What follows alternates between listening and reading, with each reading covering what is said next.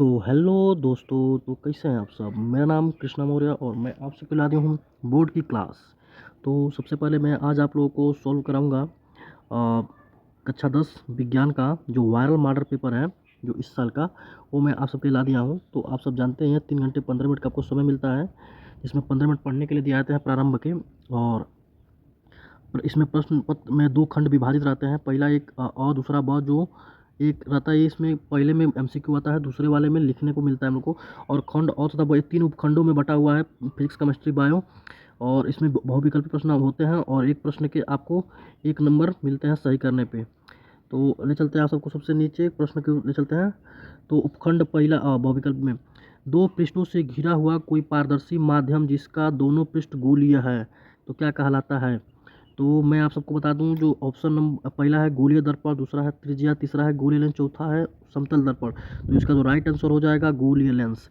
तो अब ले चलते हैं आपको दूसरे प्रश्न पे। दंत विशेषज्ञ मरीजों के दांतों का बड़ा प्रतिबिंब देखने के लिए किस दर्पण का उपयोग करते हैं। तो आप बताइए किस दर्पण का उपयोग करते हैं। तो इसका जो राइट आंसर हो जाएगा आपका ऑप्शन नंबर ए, अवतल दर्पण। तो अब चलते हैं प्रश्न नंबर 3 पे। किसी उत्तल लेंस के सामने 2f और अनंत के बीच कोई बिंब वस्तु रखा गया है, इसका प्रतिबिंब बनेगा। तो आप सब जानते हैं जो इसका प्रतिबिंब बनता है। अब बताइए वास्तविक उल्टा और छोटा बनता है कि वास्तविक उल्टा और बड़ा बनता है कि आभासी उल्टा और बड़ा बनता है कि आभासी सीधा और बड़ा बनता है। तो इसका राइट आंसर हो जाएगा ए, ऑप्शन नंबर ए, वास्तविक उल्टा और छोटा। चलिए प्रश्न नंबर 3-4 पे चलते हैं। कह रहा है कि मानव नेत्र अभिनेत्र लेंस की फोकस दूरी को समायोजित करके विभिन्न दूरियों पर रखी वस्तु को फोकसित कर सकता है। ऐसा हो पाने का कारण है। तो आप हमें बताइए क्या कारण हो सकता है कि ऐसा होता है। तो पहला है जरा दूरदृष्टता, समंजन, निकट दृष्टि और दीर्घ दृष्टि। तो इसका ऑप्शन नंबर हो जाएगा, कौन सा हो जाएगा आप बताइए, मुझे कमेंट करके बताइए। तो ऑप्शन नंबर इसका हो जाएगा बी, समंजन। अब ले चलते हैं आपको आया है कुछ कॉलम ए में द्विही राशियों का सुमेलन, कॉलम बी में दिए गए असाई मात्रकों से सही विकल्प चुनिए। तो आप हमको बता सकते हैं इसमें से एक प्रश्न आपको बोर्ड में देखने को मिल सकता है, एक क्वेश्चन बोर्ड में मिलेगा आपको। तो ए दिया है विद्युत विभवांतर, माने विद्युत विद्युत विभव होता है, विद्युत विभवांतर। तो इसका असाई मात्रक हमको पता करना है। तो इसका आंसर हो जाएगा बोल्ट पे चला जाएगा। और विद्युत धारा का आप भी जानते हैं इसका एम्पियर होता है, विद्युत शक्ति का वाट होता है। और प्रतिरोध का तो आप जानते ही हैं ओम, आप सबको पता ही है प्रतिरोध का ओम। तो इसका राइट आंसर हो जाएगा ऑप्शन नंबर, आप देखिए बी और सी तो नहीं होगा क्योंकि पहले का इसमें चौथा है तो पहले तो नहीं होगा। तो इसका ऑप्शन नंबर डी हो जाएगा। आप ऑप्शन नंबर डी कट कर लीजिए। अब आइए ले चलते हैं आपको प्रश्न नंबर 6 पे। 2 चालक तारों के पदार्थ लंबाई तथा व्यास समान है, किसी विद्युत परिपथ में पहले श्रेणी क्रम में और फिर 500 क्रम में संयुक्त किए जाते हैं, श्रेणी के मुताबिक उनको उत्पन्न ऊष्माओं का अनुपात क्या होगा। तो आप सब पढ़े होंगे। तो इसका राइट आंसर हो जाएगा एक संबंध 4, ऑप्शन नंबर 6 का सी, एक संबंध 4। और उसमें दिया गया है 7वां, देखिए कि किसी विद्युत धारावाही सीधी लंबी परिनालिका के भीतर चुंबकीय क्षेत्र। तो किसी विद्युत धारावाही के जो परिनालिका उसके भीतर चुंबकीय क्षेत्र मतलब कैसा रहता है, शून्य होता है कि इसके सिरे की ओर जाने पर घटता है या इसके सिरे की ओर जाने पर बढ़ता है। तो इसका राइट आंसर हो जाएगा डी, ये क्योंकि सभी बिंदुओं पर एक समान रहता है। अब देखिए हम आपको बता दूं बेंजीन, बेंजीन का संरचनात्मक सूत्र है। तो इसमें 4 ऑप्शन दिया गया है, तो आप बता सकते हैं इसमें कौन सा होता है। जिसमें जिसमें C2H6 रहता है और एल्किन रहता है, और CH4 मेथन, इसमें CH2 का अंतर होता है। तो इसमें देखिए जो इसमें 3 2 का पेयर बना हुआ है। हाँ, तो इसका राइट आंसर हो जाएगा ऑप्शन नंबर ए। कौन सा प्रश्न, हाँ, तो इसका राइट आंसर हो जाएगा आपका ए। और देखिए निम्नलिखित में सजातीय श्रेणी है, सजातीय श्रेणी का मतलब समझते हैं, जिसमें CH2 और CH4, इसमें CH2 का अंतर होता है, उसी को हम सजातीय श्रेणी बोलते हैं। तो इसमें ऑप्शन नंबर जो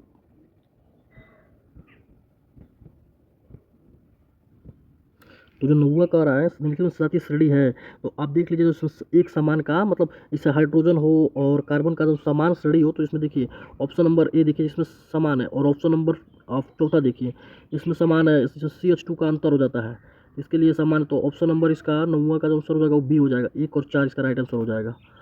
तो आपको आगे ले चलते हैं। उसके बाद दिया है पृथ्वी की भू प्रपट्टी के प्राकृतिक रूप से पाए जाने वाले तत्वों एवं एककों को क्या कहते हैं। तो इसमें दिया गया, सबसे पहले आपको दिया होगा अयस्क, आप इसको तैयार कर लीजिएगा। अयस्क, गैंग और खनिज और धातु, इसमें से आपको 2 नंबर में पूछता है। तो जो अयस्क होता है, अयस्क वो खनिज होते हैं जिनमें धातुएं लाभकारी रूप से निकाली जाती हैं, समझ रहे हैं। और गैंग, गैंग अयस्क के साथ पाए जाने वाले अवांछित पदार्थ होते हैं, जो बचा हुआ है अवांछित पदार्थ होता है, ठीक है। और जो खनिज है, मिनरल्स, खनिज प्राकृतिक रूप से पाए जाने वाले ठोस और कार्बनिक पदार्थ होते हैं जिनकी एक निश्चित रासायनिक संरचना और क्रिस्टलीय संरचना होती है। तो आप समझ गए होंगे। उसके बाद लास्ट है धातु। धातु क्या बोलते हैं, धातु वे तत्व होते हैं जो चमक, चालकता और लचीलेपन जैसे गुण प्रदर्शित करते हैं। तो इसका राइट आंसर हो जाएगा 10वां का ऑप्शन नंबर सी, खनिज। आप इन चारों को अच्छे से तैयार कर लीजिएगा, ये बोर्ड में हर साल आते हैं।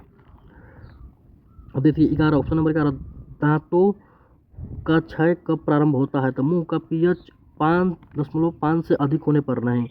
उसके बाद यह मुंह का पीएच 5.5 होने इससे कम होने पर हाँ। तो इसका राइट आंसर हो जाएगा 5 से जब नीचे आ जाएगा तो इससे अम्लता ज़्यादा हो जाएगी तो मुंह में क्षय मतलब बीमारी लगने लगती है। अब मुंह का पीएच ये तो सामान्य रहता है, उदासीन है, इसमें कोई, इनमें से कोई नहीं। तो ऑप्शन नंबर इसका हो जाएगा बी इसका राइट आंसर हो जाएगा। अब देखिए, अब ले चलते हैं आपको क्वेश्चन नंबर 12 पे। तो 12 पे कह रहा है कि जिन सल्फ्यूरिक अम्ल अभिक्रिया करके जिनसे हाइड्रोजन गैस बनता है, यह एक विस्थापन अभिक्रिया है। तो हाँ, यह विस्थापन अभिक्रिया मैं दिखा दे रहा हूँ आपको। आप जब यहाँ पे अभिक्रिया करेंगे Zn प्लस H2SO4, आप देख लीजिएगा थोड़ा गलती हो जा रही है इसमें, लिखने में दिक्कत हो रही है। तो जब इसमें आप करेंगे तो ZnSO4 प्लस H2 गैस इसमें बाहर निकल जाती है। तो आप एक बार देख लीजिएगा, इसका अभिक्रिया को में लिखने में दिक्कत हो रही है। तो इसका राइट आंसर हो जाएगा आपका बी क्यों सही होगा, क्योंकि कथन एक तथा तर्क दोनों सही है परंतु अभिकर्मक का स्पष्टीकरण नहीं हो पाता है। तो देखिए, और यहाँ पे आ गया आपका क्वेश्चन नंबर 13। क्वेश्चन नंबर 13 देखिए आप, तो मैं आपको बता दूं, एन सोडियम हाइड्रोक्साइड से अभिक्रिया कराते हैं CH3COH, यानी क्या होता है, इसको सोडियम एसिटिल अम्ल बोलते हैं। एसिटिल अम्ल की जब अभिक्रिया हम सोडियम हाइड्रोक्साइड से कराते हैं तो हमको प्राप्त क्या होता है बता सकते हैं। तो हमको प्राप्त होता है सोडियम एसीटेट। हाँ, सोडियम एसीटेट हमको प्राप्त होता है और इसमें से जो H2O गैस वो बाहर निकल जाती है।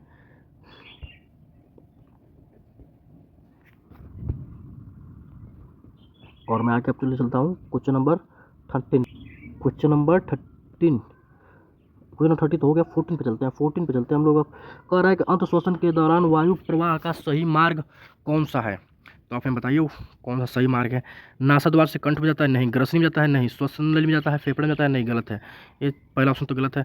नासा द्वार, ये तो ऐसे ही गलत है। और कंठ से तो पहले ही गलती है, तो कैसे स्वर अंतर में थोड़ी चला जाएगा। तो सबसे पहले नाक में जाता है, उसके बाद ग्रसनी में जाता है, उसके बाद कंठ में, श्वास नली में, कोशिकाएं में जाता है। तो ऑप्शन नंबर इसका डी हमारा सही हो जाएगा। अब ले चलते हैं आपको यहाँ पे 15, कौन सा कथन निम्नलिखित कथन का तथा कारण को पढ़कर दिए गए विकल्प में से सही विकल्प का चयन कीजिए। कथन, पिता से प्राप्त क्रोमोसोम से बच्चों का लिंग निर्धारण होता है, सही बात है। और कह रहा है कारण, मानव पुरुष में X और Y गुणसूत्र होते हैं, ये भी सही है। तो कहना क्या चाहता है आप सबको बता दूँ। 14, प्रश्न नंबर 14, प्रश्न नंबर 15 हो गया, 14 हो गया 15। तो 15 ये कह रहा है कारण और कथन और कारण दोनों सत्य है और कारण कथन का सही व्याख्या करता है। हाँ, जैसे कि औरतों में होता है और XX गुणसूत्र होते हैं, पुरुषों में होता है तो XY गुणसूत्र होते हैं, जो इसी से निर्धारण होता है कि बच्चा होगा कि नहीं। तो पुरुष पे ही निर्धारण करता है कि बच्चा होगा या बच्ची। तो ऑप्शन नंबर इसका 1 सही है। और देखिए यहाँ पे आ गया, विद्युत आवेश का प्रवाह का कौन सा दिशा सही है।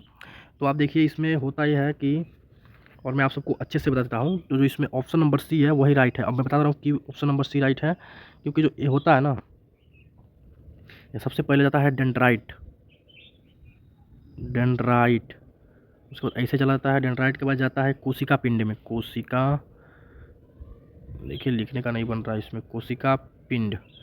उसके बाद जाता है ये एक्सान में, तो ऐसे आप बनाते लिखिएगा। एक्सान में आपको समझाने के लिए बता दे रहा हूँ। उसके बाद आता है एक्सान टर्मिनल, लिखने को नहीं बन रहा है तो आप समझिएगा। तो इसको ऑप्शन नंबर सी हो जाएगा और राइट आंसर हो जाएगा। हाँ, आप देखिए आपका आंसर हो जाएगा क्वेश्चन नंबर कौन सा है, 17। कह रहा है थायरॉक्साइन के बारे में कौन सा कथन सही है। तो आप देखिए थायरॉक्साइन के संश्लेषण के लिए लौह आवश्यक होता है। अब बताइए यह शरीर में कार्बोहाइड्रेट प्रोटीन और वसाओं का उपचयन करता है। नहीं, थायराइड थायरॉक्सिन के संश्लेषण के लिए थायराइड ग्रंथि का आयोडीन की आवश्यकता होती है। सही है। थायरॉक्सिन का थायराइड हार्मोन भी कहते हैं। लेकिन देखिए आप इस क्वेश्चन से पूरी इसमें दिया गया नहीं, नहीं मतलब नहीं है। तो थायरॉक्सिन के संश्लेषण के लिए लौह आवश्यकता नहीं, आयरन की आवश्यकता नहीं होती है। इसमें आवश्यकता होती है आपको आयोडीन की। किसकी होती है? आयोडीन की आवश्यकता होती है। तो इसका राइट आंसर हो जाएगा। अब मतलब प्रश्न नंबर आपको 18 पे, अब निम्नलिखित चित्र में भाग ए 20 10 सी के क्रम में होते हैं। तो सही बात है। तो 18 का जो राइट आंसर बीज पत्र, परांकुर और मूलांकुर नहीं, गलत है। परांकुर, मूलांकुर और बीज पत्र गलत है। और दिया है इसमें मूलांकुर, बीज पत्र और परांकुर गलत है। और इसका राइट आंसर हो जाएगा परांकुर, बीज पत्र और मूलांकुर। तो ऑप्शन नंबर सी इसका राइट आंसर हो जाएगा। अब देखिए जनन के अलैंगिक विधि से उत्पन्न संतति में परस्पर अधिक समानता होती है, क्यों? तब बताइए क्यों होती है, आप कमेंट में बताइए हमको। तो अलैंगिक जनक में ही केवल एक जनक भाग लेते हैं, राइट आंसर। अलैंगिक जनक में युग्मक शामिल नहीं होते हैं, सही बात है। अलैंगिक जनक में लैंगिक जनन से पहले होता है, गलत। अलैंगिक जनन लैंगिक जनन के बाद होता है, गलत है। तो ऐसे करके मैंने आप सभी को 19 क्वेश्चन बता दिया। और 20वां है, एक आहार श्रृंखला में तीसरे पोषी स्तर पर हमेशा कौन सा होता है? तो दूसरे पे होता है शाकाहारी, दूसरे पे होता है शाकाहारी आप लोग का। जो तीसरे पे होता है तीसरे पे होता है मांसाहारी होता है। तो ऐसे करके हमने आपको 20 क्वेश्चन बता दिया। और आपको वीडियो अच्छा लगे तो हमारे वीडियो को लाइक कीजिएगा। और मैं आप सबको नीचे दिखाता हूँ कैसे कैसे प्रश्न पूछा है। खंड ब, वर्णनात्मक प्रश्न, इसमें उपखंड है। दृष्टि दोष किसे कहते हैं, कितने प्रकार के होते हैं, आपको बताना है, 2 नंबर मिल जाएंगे। हमें आकाश में इंद्रधनुष केवल वर्षा के पश्चात ही क्यों दिखाते हैं, तो आपको इसमें लिखना है। उत्तल लेंस को अभिसारी लेंस क्यों कहता है, ये भी 2 नंबर का। अवतल दर्पण तथा उत्तल दर्पण के उपयोग लिखिए, ये भी 2 नंबर का है। अब देखिए इनसे किसी 4 ओम प्रतिरोध से प्रति सेकंड 100 जूल की ऊष्मा उत्पन्न हो रही है, प्रतिरोध के सिरों पर विभवांतर ज्ञात कीजिए, आपको बताना है। 20 ओम प्रतिरोध की इकाई विद्युत स्तरीय 5 एम्पियर की विद्युत धारा लेती है, 30 सेकंड में उत्पन्न ऊष्मा का परिगणित कीजिए। आपको क्वेश्चन जितना देखना प्रैक्टिस करना है हद से ज़्यादा।